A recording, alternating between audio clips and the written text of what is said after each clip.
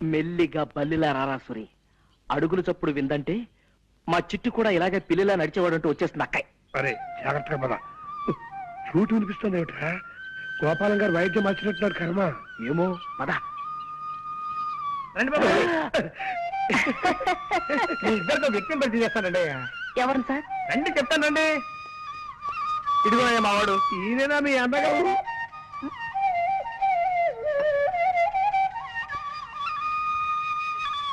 మా అన్నయ్య అని అడుగుతున్నారా? కాదయ్యా బాబు, గురువు గారు కాదయ్యా. ఇతను నా చిరకాల మిత్రుడు ప్రపంచం రాజారావు అని హరిప్రసాద్ చౌరాసియా దగ్గర కొంతకాలం వేణుగానం నేర్చుకున్నాడు. ఎలా వాయిస్తున్నాడు మా వాడు? బాగా వాయించడం లేదా? మాట్లాడరేంటి? అదే ఎందుకు మాట్లాడటం లేదని అడుగుతున్నాను.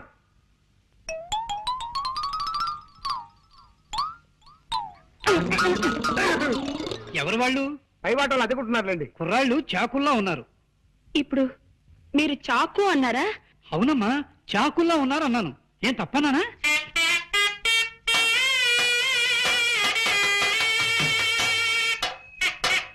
నాన్న చిట్టి, బాబు చిట్టి, మా చిట్టి ఇలాగే బాగున్న ప్రతి దానికి చాకు అనే మాట వాడేవాడు. అలాగా? అయితే ఇంకాసేపు నేనే నీ చిట్టిని అనుకోండి. ఇలాగే బాగుంది. నువ్వు అర్జెంట్ గా బట్టలు సర్దుకుని స్టేషన్కి వెళ్ళి దొరికిన రైలు ఎక్కి ఆగిన చోట దిగిపోవడం మంచిదిరా. వెళ్ళు. చంపేస్తాను రే. చిట్టి బాబు. చిట్టి బాబు, నీకు కనపడిన ప్రతి అడ్డగాడిదా చిట్టే. ఎంత బాగుందో. అయ్యో అయ్యో అయ్యో. ఒరే సురిగా, కాలేజ్ వదిలే టైం అయింది, ఇంక నువ్వు వెళ్ళిపోరా. రావుడు, మళ్ళీ అమ్మాయి కోసం పర్సు పారేసి డబ్బు పోగొట్టుకోకు. నెవర్.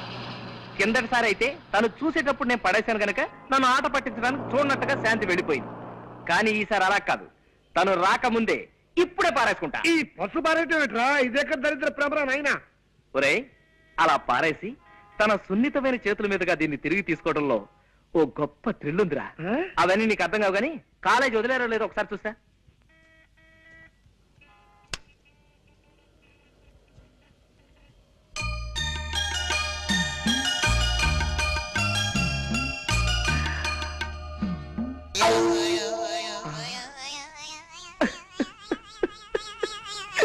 పర్సు కింద పడిపోయింది బాబు. కింద. థ్యాంక్స్ అమ్మా, చాలా థ్యాంక్స్. నువ్వు 40 సంవత్సరాల క్రితం ఈ పని చేసుంటే నాలాంటి వాళ్ళు ఎవరైనా సంతోషించుండేవారు. మంచిదమ్మా, వెళ్ళరా తల్లి. ఎరా వదిలేశారా? లేదురా, మూసేశారు. ఈ కాలేజీకి నిన్ననే లాస్ట్ వర్క్ డేట. ఇవాళ నుంచి సెలవులు. చా, ఇలా చెప్పా పెట్టకుండా ఆడపిల్లల కాలేజీకి సెలవులు ఇచ్చేస్తే మగపిల్లలంతా ఎంత బాధపడతారా? ఆ మాత్రం సెన్స్ లేదే ఆ ప్రిన్సిపాల్ కి. చా చా చా చా చా. అవును, శాంతి ఇల్లెక్కడరా?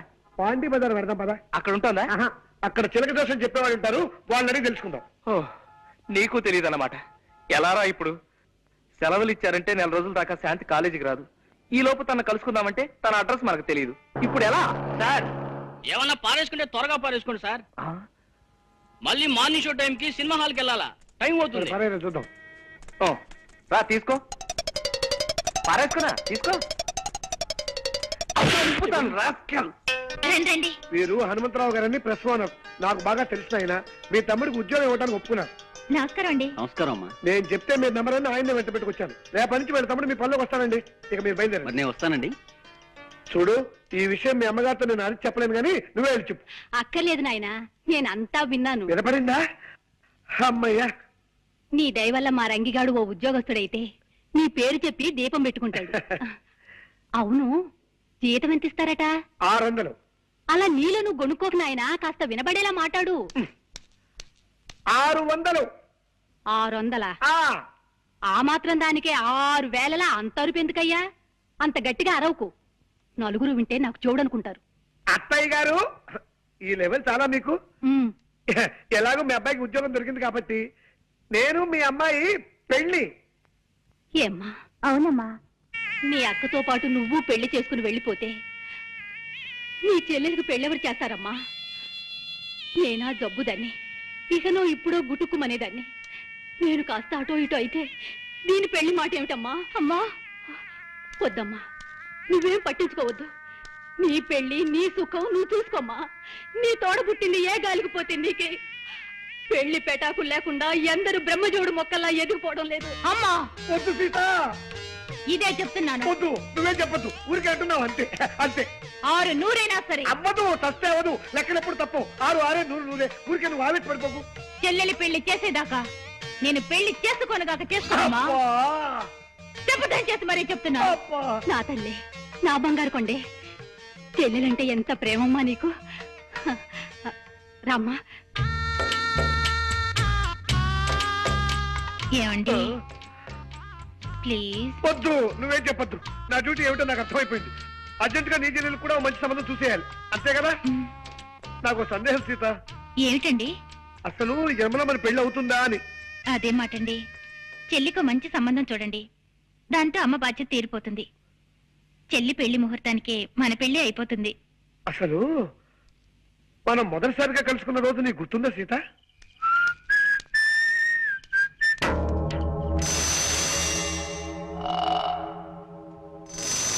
ఎవరు మీరు? తర్వాత చెప్తాను, మర్యాదగా నీ పర్స్ ఎటు. పర్సా? నేను అసలు పర్సు మెయింటైన్ చేయను, మదర్ ప్రామిస్. పర్సు లేకపోతే జేబులో ఉన్న డబ్బు ఇటు. డబ్బా? నేను అసలు డబ్బు మెయింటైన్ చేయను, మదర్ ప్రామిస్. డబ్బు లేకపోతే రిస్ట్ వాచ్ ఇటు. దృష్టి వాచా? నేను వాచర్ గేజీలు మెయింటైన్ చేయను, మదర్ ప్రామిస్. ఏవే మెయింటైన్ చేయని వాడివి మేం మెయింటైన్ చేసే ఏరియాకి ఎందుకు వచ్చావురా?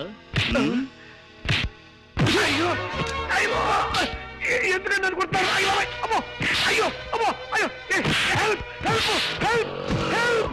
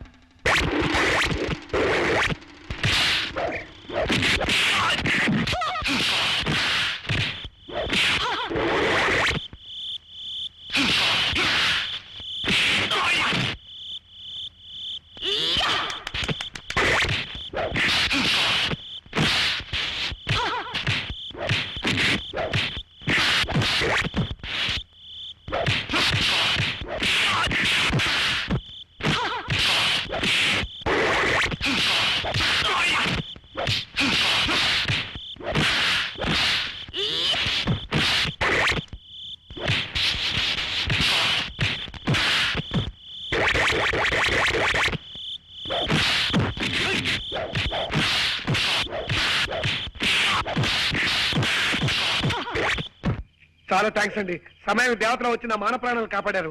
మీ పేరు? సీత. మీరు కరాటే నేర్చుకుంటున్నారా?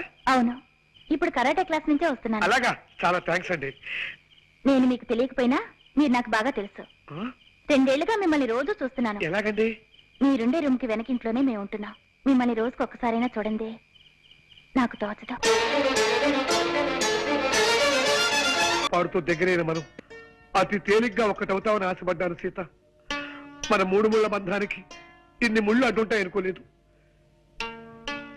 మీరు ఇల్లు మారాలంటే అతి తక్కువ అద్దెలో ఇల్లు చూసి పెట్టాను. మీ అమ్మగారు రక్తాన్ని పిలిచేయకుండా చిల్లర మాత్రమే పిలిచి అతి సామాన్యమైన డాక్టర్ని కుదిర్చి పెట్టాను. మీ అక్కకి సంబంధం చూశాను, మీ తమ్ముడిని ఉద్యోగస్తులు చేశాను. ఇప్పుడు మీ చెల్లికి సంబంధం చూడాలి. అది బజారెళ్ళి బఠానీలు కొనుక్కొచ్చేంత తేలికైన విషయమా?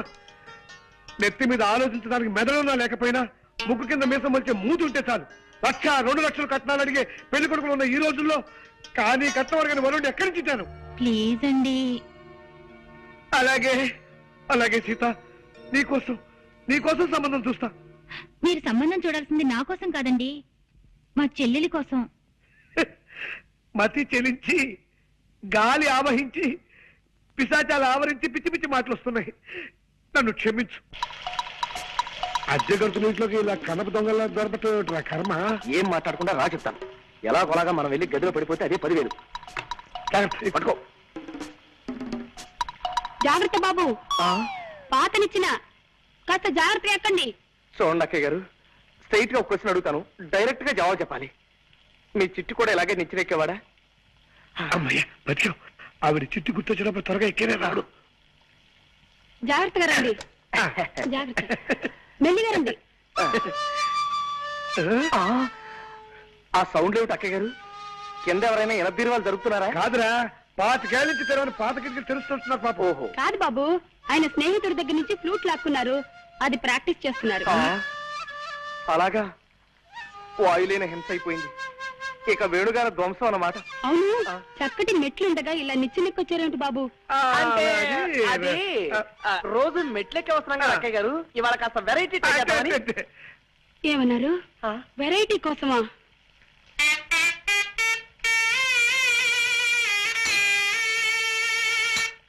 ఉద్యోగ చెప్పులు పారిపోతా. కమాన్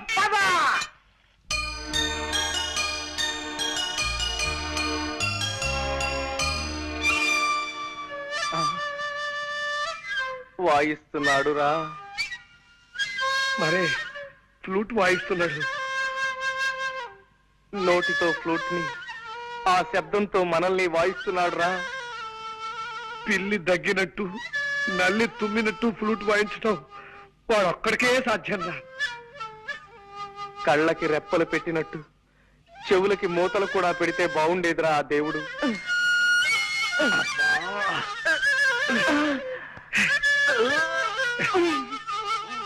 దరిద్రం రాకే వా జన్మలో మళ్ళీ ఫ్లూట్ వాయించుకుంటూ చేస్తాను.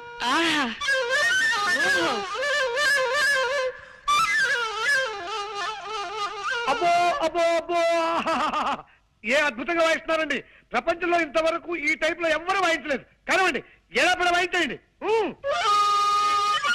ఏ గొప్ప సంగతి అండి. భోపాల్ గ్యాస్ ప్రమాదం దీని ముందు ఎంత బాగుంది. నరికేయండి. ఇది మరీ గొప్ప సంగతి అండి. రష్యాలో వచ్చిన భూకంపం దీని ముందు బలాదు. బలి తీసుకోండి అంతే. ఇది మరీ అద్భుతం. కనిష్ట విమాన పథకం దీనిలో వందో అంతే. కరవండి, కరవండి. ఆహా, చాలా థ్యాంక్స్ నాయనా. ఇలా కళని మెచ్చుకునే రసికుడు ఒక్కరిద్దరైనా మా కళాకార జీవితాలు ధన్యమైనట్టే. కొద్దిగా ఆయాసం వస్తుంది, కాస్తంత ఊపిరి పీల్చుకొని మళ్ళీ విజృంభిస్తా. కొంచెం టైమింగ్. ఆయాసం వస్తుందా? మీకేమైనా లైట్ గా ఉబ్బసం వ్యాధి ఉందా? కొంచెం ఉండేది నాయనా. ఏ పాప, మిమ్మల్ని ఆ కృష్ణుడే కాపాడాలి. అదేమిటి బాబు అలా అన్నావేమిటి? ఫ్లూట్ కి లింక్ ఉన్న దేవుడు కాబట్టి ఆయనే కాపాడాలి గాని లేకపోతే చాలా కష్టం అక్కయ్యారు. కష్టం ఏమిటయ్యా? ఏ విషయంలో?